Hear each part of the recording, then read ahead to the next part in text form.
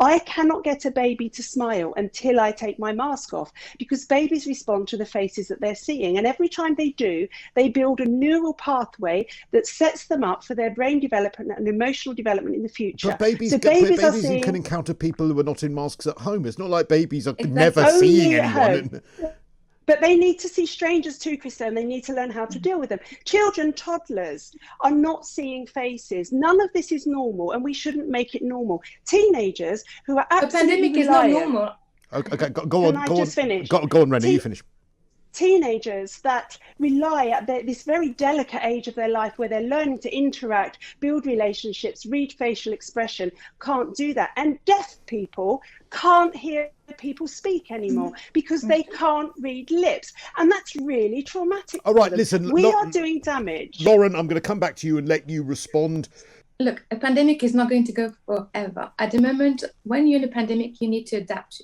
There are changes. You can't just cuddle whoever you want. So it's all about adapting. And I'm actually a sign language, qualified in sign language and in lip reading. So I totally understand how difficult it is if you're wearing a mask. You can wear a mask that actually you can see the lips, okay? So there's always a way of adapting. A pandemic, the main thing is to be flexible, to adapt yourself and not to live in fear. But if you're still wearing a mask on an aeroplane, or if you're still going to compulsory, there is a reason for it. But if that's driving that fear, though, I mean, surely you get the point, Lauren, that as someone who's an expert on fear, your argument is that, look, by having masks, we won't be living in fear. But, you know, Dr. Renee is making the point that you're perpetuating that fear by having those masks. You're not perpetuating the fear. The most important thing, you're not at all. By analysing so much, we're putting the fear in the children. Children are so easy to adapt. It's not a big deal at the moment. I mean, they wear masks because they adapt. And the minute that they don't need to wear it, they won't wear it. Dr. Renee? It's important not to put fear in people, okay? But I mean, are we doing that, Dr. Renee, by having this conversation, by debating it, by having these rules not being clear? Is that the thing that's putting fear in people? Right, so two things. Firstly, if masks were working so well, we wouldn't have rising cases now because everybody has been wearing them. Well, but so secondly, the vaccine is supposed to work. The vaccine is supposed to work. That's sorry. You know. Okay, let her finish. So, secondly, there is very good evidence, and Laura Dodsworth has actually spoken to people from SAYEED and SPI-B who actually have said very clearly, anonymously, that masks were introduced to actually convince people that everything was very dangerous and to signal fear, because fear is the way that they get people to comply with rules. When we have fear running around in our bodies, we have cortisol, which is damaging to health. And I am seeing children, and I'm a parent of a 3-year-old, nearly 3 next month, and I know what's going on with these children because they come to me as their GP to express their fear. And I understand what Lauren says about she might be able to work with people to help them through, but I don't know if you know what the wait lists are to get somebody to see a mental health counsellor in the NHS, Lauren. It is months and months. But Renee, I think, you know, a lot of people would agree with what you're saying in as much as the fear that is being driven by people wearing masks. But where I think that it might be a bigger stretch to get to is this idea that it's all part of a plan to make us scared. Because if that were the case, why have surgeons been covering their faces for years? Why are there many medical situations where, when appropriately worn, masks have been used in order to stop people being able to pass germs on? So surely there is some data behind it that is beyond people just wanting to scare others. When I started this conversation, Christo, I said in a clinical setting. We know in a clinical setting. So my partner is a surgeon. So I know very well how these are worn. And they don't touch them once they are on their face, ever. It goes on their face and their mask never gets touched again until it comes off. Okay, so that's number one. And number two, there is evidence from SAGE minutes that they tried to ramp up the fear to make people comply. And in interviews with them, they have said that that's what masks are about. They're a signal, they're a collective signal to everybody that this is very dangerous. And obviously, I'm really sorry, Lauren, about your uncle and your dad. Of course I am. That's tragic. And I wouldn't want that to happen to anyone. And if I truly believed that masks would have prevented that from happening, I would have supported them. I mean, I'm pretty sure it does make a difference, and it can protect. It would protect. But I don't think that if we explain to people that if we don't put fear in people, wearing a mask is not such a big deal. If there is a chance of saving somebody's life, then it's not such a big thing. We know we're not going to live forever wearing a mask, okay? The pandemic is going to go at some point.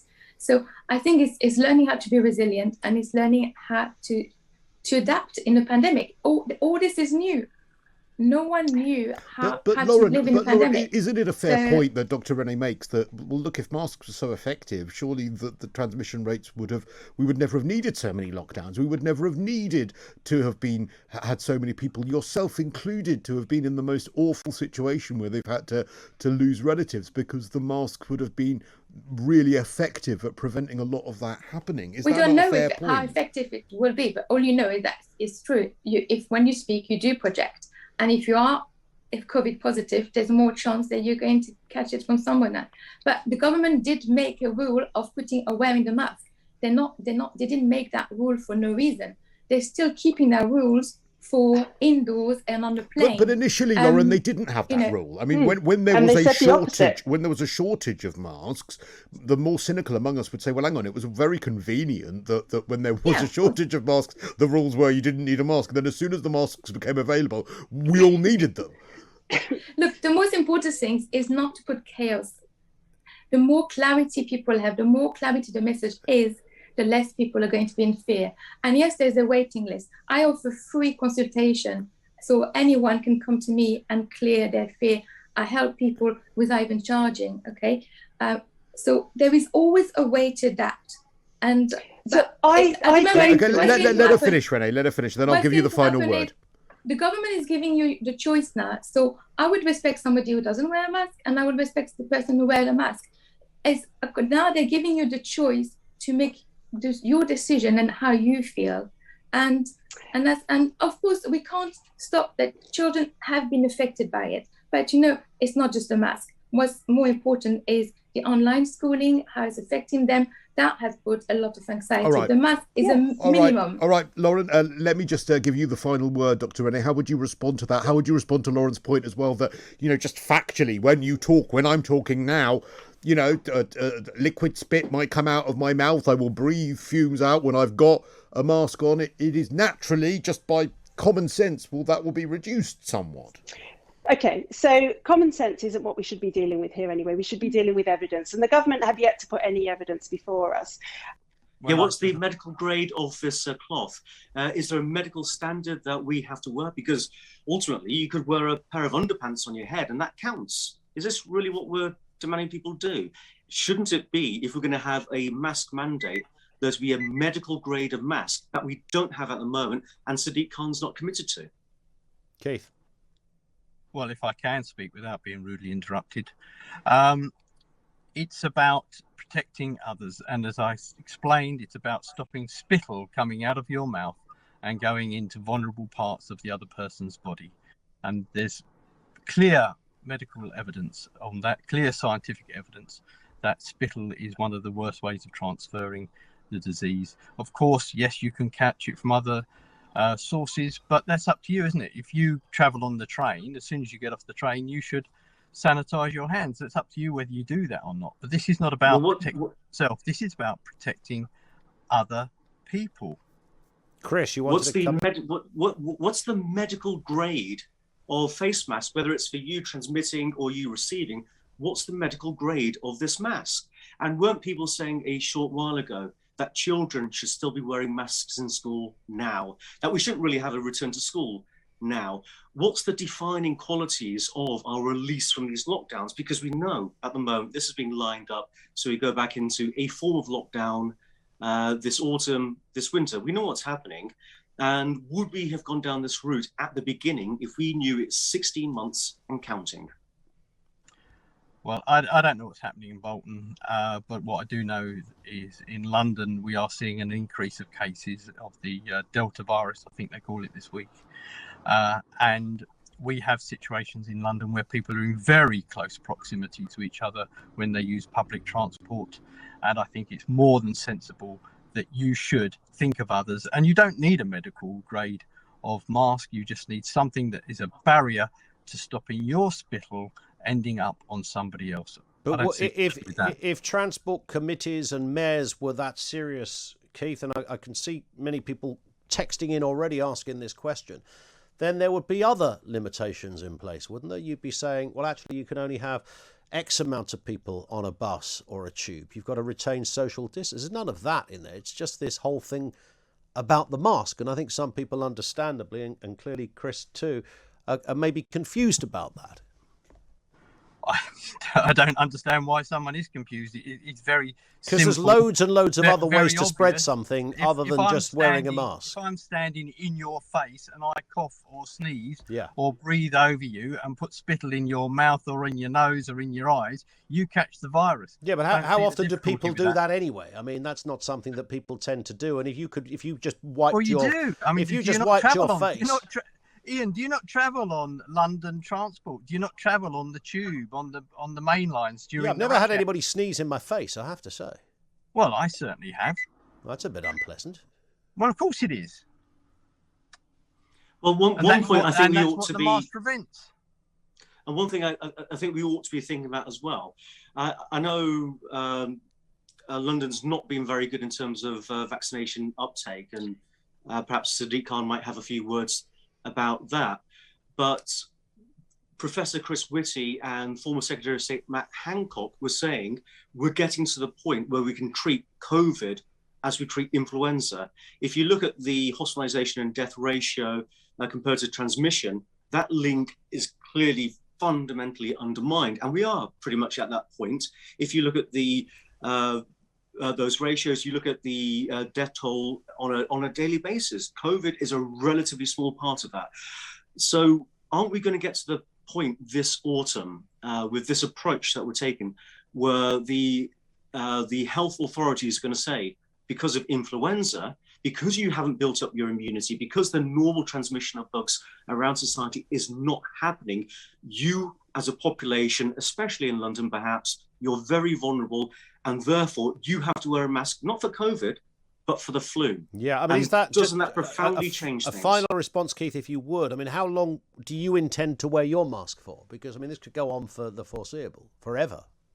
Yeah, no, it's just at the moment, as you've quite rightly identified, we don't have the higher levels of vaccination that other parts of the country do have in London.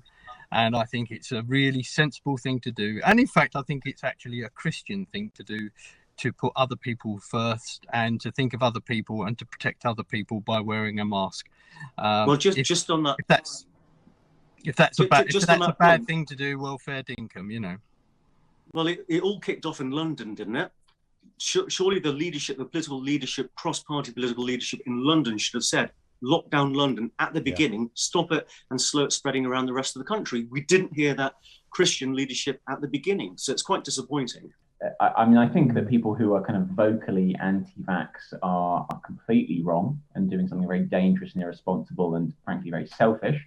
I'm just online at the moment, and the newswires are carrying this story that the overall risk of children becoming severely ill or dying from COVID is extremely low. Data from the first 12 months of the pandemic in England shows 25 under 18s died from COVID. Those living with multiple chronic illnesses and neuro disabilities were most at risk, though overall risk remains low. So why have you opened this can of worms of jabbing kids that don't need it? I mean, ultimately, Richard, if one healthy child dies, that's one too many. Well, that's absolutely true. That's one too many. But as I said, there are, you know, firstly, any danger to children from the vaccine is infinitesimally small. They're very confident. But why? But Big Rich, why? Why vaccinate children if they face no mortal threat from COVID? What's the plan? Are they going to be the foot soldiers in this pandemic? So the reason to do it is exactly the same that we vaccinate them against flu. Well, no, because flu kills many more children. And what I've got to do is let Olivia have the last word. Rich, keep it brief if you can. Keep it brief. Okay. The reason to do it is that they can be hurt even if they're not killed by it. And it's because we want children to protect their grannies and their grandpas and little children around them who can be hurt by it. It's not children's job to protect older generations, and I certainly don't want smaller children protecting me. But Rich, I respect your view, and I know it's a view shared by many, including the Shadow Schools Minister, Peter Kyle, who spoke to me a week ago on this show. Olivia, last word briefly, if you can. I absolutely agree that, there is this argument, which, like you, Mark, I disagree with, that children should be helping to protect their grannies. But I happen to disagree with that. But the comparison with flu is just totally false. Flu affects vulnerable people, both old and young. It affects young children whose immune systems are badly damaged, and it affects old people. COVID specifically affects old people, but not young children. So it's just a false comparison with flu. I mean, you can make the other argument, fair enough. I disagree with it, but you can make it. But I don't think the comparison with flu really holds water at all.